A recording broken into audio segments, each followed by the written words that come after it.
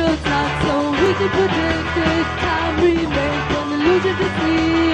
Dreams are not always predicted. You can't reach out for what's meant to be. It's not Mark Sten's night to shine, it's Neo Boy's to shine here in the induction, but I did want to give a shout out because he just put out The Rise and Fall of Portland Punk Rock 1977 to 1981, and he feels that you, Neo Boys, and the Wipers were what punk rock really was about in Portland.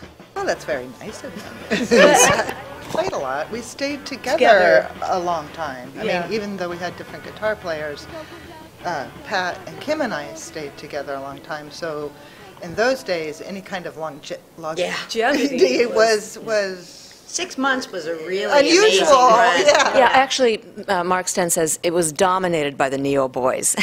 Wipers, let's put it that way. That era was dominated by you, so that really puts you in a very special place. K Records re-released your EPs just recently, and it was a great response. Were you surprised by that, or did you kind of expect our time will come?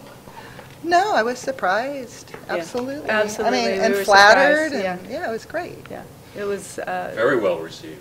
It was and we did we chose to for the record release party we did a benefit for Rock and Roll Camp for Girls, and that was, I think that really hit me then to see, little kids coming up to us, 8, 10-year-old girls that, were playing rock and roll and learning guitar and stuff, and were familiar with the Neo Boys, and that really was the best. hit my heart. I'll bet. In a strange way, I feel like it never changes that women have to reinvent the wheel constantly. Like, do we have to burn our bras if we're wearing them? Do we have to, reinvent that women have this place? Well, apparently. Yeah, I guess so. We do. A story that I'll tell is that we went to the prison. I remember when we went to play at the prison, and we had to go through all the metal detectors and everything. And didn't somebody have a plate in his leg? Like, he virtually had to strip all of his stuff off, and then and then he was like, "Oh yeah, I have a plate in my leg." We finally got in, and when we got up on the stage, it was I hadn't even thought of it. It was very clear that the audience was looking for something very different than what we were providing. They were glad women were inside the prison, but they weren't at all prepared, it seemed like, for the music we were playing, the message that we were giving. And that was, but I remember going into it kind of innocently and not thinking like, oh, this is going to be an issue, and then being kind of like, oh, this is an issue.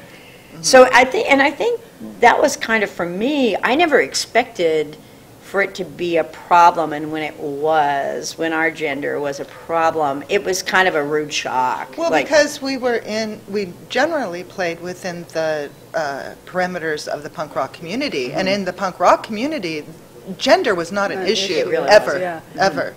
But once we went out of that community, and you weren't, at the time we played a bar, and then they had a wet T-shirt contest.